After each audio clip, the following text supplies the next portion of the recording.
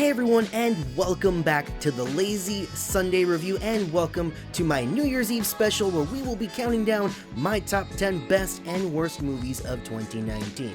Now let me preface this by saying I did not see every movie in 2019, so there could be movies that deserve to be on this list, but I didn't get a chance to see them, so sorry about that.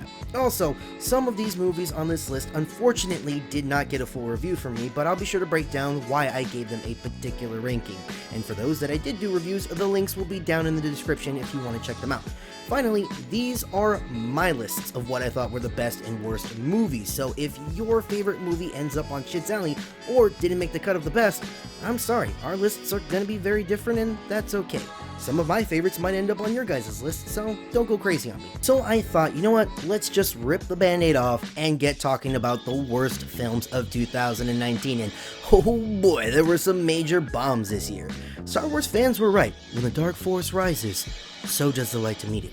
Or, in this case, when there's a really good movie, there's a really shitty movie to really balance it out. And if I have to go back to remember these crappy movies, then I'm not gonna do this without a little help from an old friend, Jackie D. Okay, let's get into this. Number 10.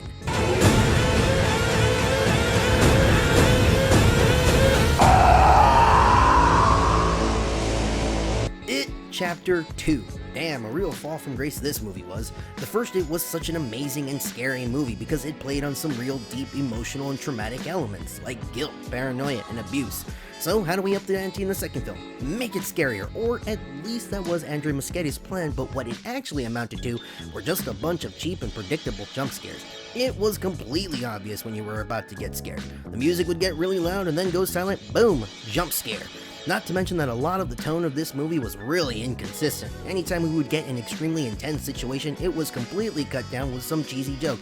And I'm talking like 80s sitcom joke. Hell, might as well have had Pennywise and the kids high five and freeze frame anytime a joke was made. Plus, the way that they defeated Pennywise was super lame. They all got together and started calling him nasty names until he shrunk like a little Looney Tunes character that got crushed by a boulder. But the performances were still good, and I'm not gonna go too hard on it Chapter 2, but damn, it really could have been something. Number 9. The Force will be with you. Always.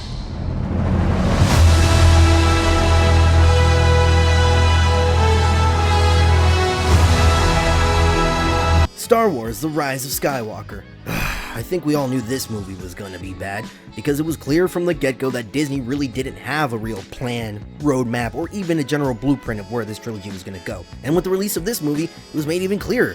This whole trilogy feels like a retcon off. Which director can retcon more of the other director's decisions? Because J.J. Abrams was there, passing the baton to Rian Johnson like, now it is your turn. But Johnson chucked that bitch and said, nah homie, I'm gonna make my own shit. And then The Last Jedi came out, and it changed everything.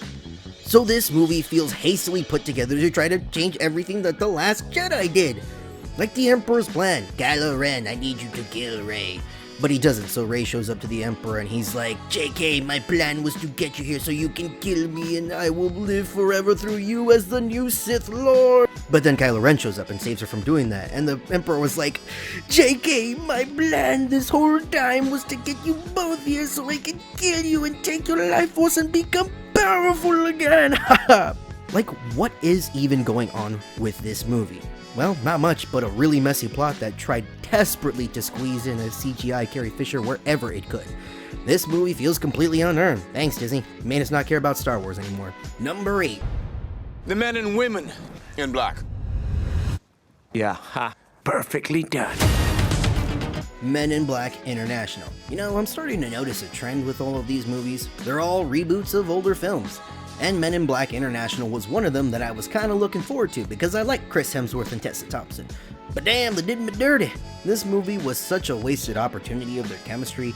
A lot of this movie's comedy fell really flat because it pretty much was Chris Hemsworth acting like Thor who was acting like a Men in Black. He was a complete idiot in this movie and he's supposed to be London's best agent. Guess that's not saying much about the MIB, huh? But try as it might, the movie was just not as funny as I thought it was going to be. Add to that a very lackluster plot about a MacGuffin weapon that these cosmic guys want and kill for, but surprise, they're actually the good guys but are killed before we can actually explore it. And this makes for a disappointing experience. Not as fun as I thought it would be. Number 7. Dark Phoenix. Alright, I'm just gonna come out with it and say this. I really did not like any of the new X-Men reboots, except for Logan. So, coming into Dark Phoenix, I really didn't have high hopes for it, and those feelings were justified as soon as I walked out of the theater. This movie was just boring. Sophie Turner looked bored, Jessica Chastain looked bored, and Jennifer Lawrence, oh, she was bored as hell. She was so bored she practically died of boredom in the movie. Everyone in this movie just looked like they didn't give a shit anymore about these movies and they just wanted to be done with them. Plus, to make another movie about the Dark Phoenix storyline was probably a bad idea because apparently they didn't learn their lessons from the last time they told the Dark Phoenix storyline. I think it was just too soon for them to drop this epic endgame type movie. We barely know anything about these characters and now we're supposed to feel like this is the end of a great saga? But instead of it dying with a loud war cry, it was more of a pathetic whimper. Number 6. Cats. Oh man, I really didn't want to put this one on the list because despite the nightmare-inducing trailers, despite the fact that they casted the talentless Rebel Wilson and James Corden, I was somewhat interested in this movie. As a theater nerd, I wanted this movie to do good, but unfortunately that wasn't the case. One of the biggest issues with the film is the fact that it doesn't have a traditional story, because there's very little dialogue that's exchanged between the characters. Most of the story is told through the songs, and that may have turned many people off. But the most terrible part about this movie, of course, is the god-awful CGI. Wow, this movie had a huge budget and the way the cats looked was absolutely horrifying. The CGI really hindered a lot of the dance numbers because it could not keep up with the actors, making for some weird moments in the movie where heads were just not attached to bodies. It turns out Universal said that, quote unquote, this movie was the unfinished version of the film. Yeah, I doubt people are gonna go back and see the finished version, but it's not high on the list because at least this movie had good intentions. That's more than we can say about the rest of the films. Number 5. Rambo: The Last Blood. Holy cannoli, I have no idea what the fuck happened to this movie. It has to be a troll. It's gotta be, because this movie was a complete joke. Rambo: The Last Blood was, I guess, Sylvester Stallone's swan song to his most iconic character, John Rambo, but holy shit, he completely missed the mark. First of all, Last Blood doesn't even feel like a Rambo movie. John Rambo is kind of a loner and now he has a niece, which we get no explanation on how he met her, and without that explanation, the revenge plot that takes place in this movie feels super hollow and undeserved. Not to mention that Rambo is a shell of who he used to be because Stallone gives absolutely nothing to his performance. He comes out completely tired and uninterested in what's going on, and this movie just feels like a horrible way to end the franchise. That is, of course, if they actually ended it. Number 4. Charlie's Angels. I really wanted to put this movie higher on the list if it wasn't for the fact that the movies that are higher than this one are actual pieces of shit.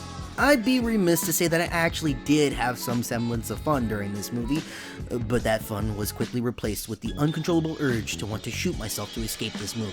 This movie was a huge flop, and for a good reason.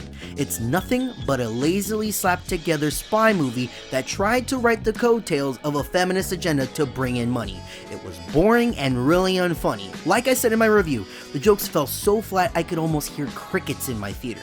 Paired together with terrible performances and a very weak script made it hard to watch. But what I think was the final nail in the coffin was the fact that Elizabeth Banks tried to blame its failure on men not wanting to see this movie. Take responsibility, Banks. You knew this movie had to make money, needed to make money, so people take movies like this seriously. But you actually didn't put any effort into making it good. You crapped this movie out and thought, haha, people have to see it, or they're sexists. Nuh-uh, girl. Congratulations, you played yourself and your movie was a flop. Now we're at the top 3 masterpieces of crap, but before we get to that, let's take a look at some dishonorable mentions. These movies are not in any particular order and they all equally suck, but not as much as the movies on this list. Godzilla, King of the Monsters, a very disappointing movie. I mean, the monster fights were really cool if you could actually see them with how dark and rainy this movie was. But this movie was weighed down by some really forgettable human characters who made up 90% of this movie. I'm not kidding, I got home and I was like, wait, What's this bitch's name again? Frozen 2, a very, very overrated film franchise that I will get deeper into with my Frozen analysis. But yeah, this movie was a mishmash of ideas that were never really thought out, and all the things that made it good in the first one really suck in this one. Anytime the movie was really struggling to tell a story, they would throw another song up to distract us, but I'm not falling for that Hobbs and Shaw. Now I have no idea how we got to this point in the Fast and Furious franchise. It used to be about street racing, and now they're stopping World War III. This one was still just as ridiculous as the other movies, but at least it didn't take itself seriously, so it has that going for it. Captain Marvel. Now, I didn't think this one was really bad because unlike Charlie's Angels, it actually wasn't too bad. The only thing is it pretty much was just a paint-by-numbers Marvel movie, and Brie Larson's performance was really bland, which would have made this movie a failure if it wasn't for the fact that it was sandwiched between Infinity War and Endgame. It also tried to use the same method that Charlie's Angels used in saying that if you don't see this one, you hate women. It's not terrible or great, it's just, nah. So, congratulations, Captain Marvel. Enjoy your mediocrity. Alita, Battle Angel.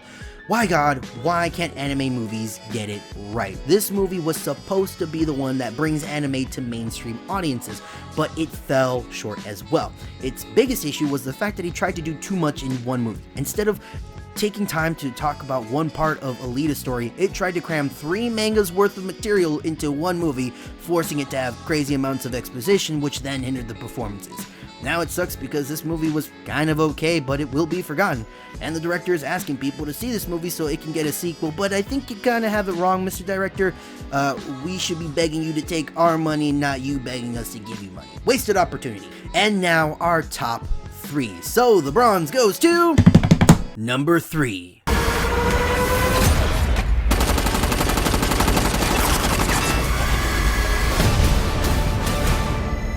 Terminator Dark Fate. Yet another one of 2019's biggest flops. This movie retroactively ruined the original Terminator movies in the first 5 minutes by killing John Connor at the very beginning of the movie. So everything that happened before that was rendered moot. Miles Dyson's heroic sacrifice was for nothing. Kyle Reese's heroic sacrifice, pointless. Everything that Sarah had fought for is gone. Her purpose and meaning of life gone, and how was this even possible if they destroyed Skynet before it existed, meaning that the Terminator that killed him should have not fucking existed. And they didn't even justify this decision by making a new storyline. It's still the same fucking movie. Rogue AI is invented that causes the same apocalypse, that creates the same Terminators, that tries to kill a hero of the Resistance, and the Resistance sends back someone to protect said hero. All of this creates a Terminator for the modern era. The reason this one is not higher on the list is because it tanked at the box office and destroyed any hopes of creating a new franchise, so I think that was fitting enough. Number 2. We do, but this is not gonna work, you know, because I'm a Capricorn and you're fucking nuts! Hellboy. Words cannot explain the unbelievable shitstorm that Hellboy 2019 was. I was kind of looking forward to this movie because it was supposed to be a badass movie that now can take its imagination to new heights since it was given an R rating. But what we got instead was a very pointless and unfocused movie. It seems like the creators were more focused on creating cool action scenes rather than a cohesive narrative. Hellboy is filled with endless scenes of exposition. There is a fundamental rule of storytelling, and I think most of you know what it is: show, don't tell. But damn, all Hellboy does in this movie is go from place to place and get talked to about stories he should already know at this point. And the action scenes weren't even that great because a lot of them were really dumb, because the characters were dumb, because the plot was dumb, and this whole movie was dumb. The only reason this movie isn't number 1 is because at least it tried to do something new. It failed, but at least it tried. Unlike number 1.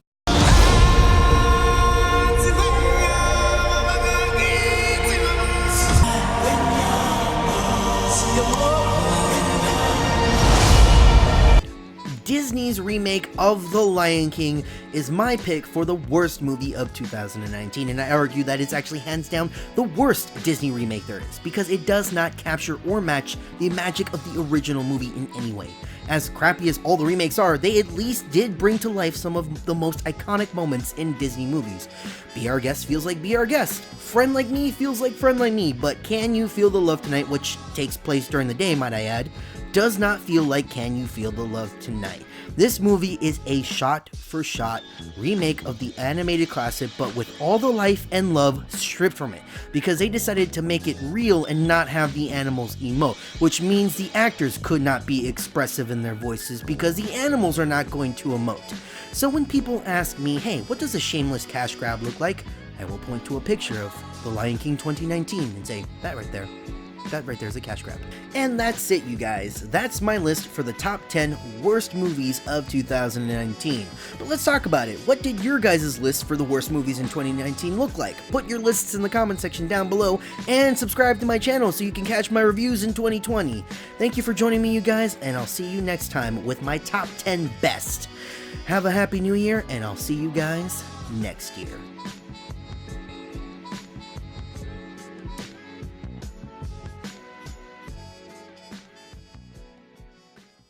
One.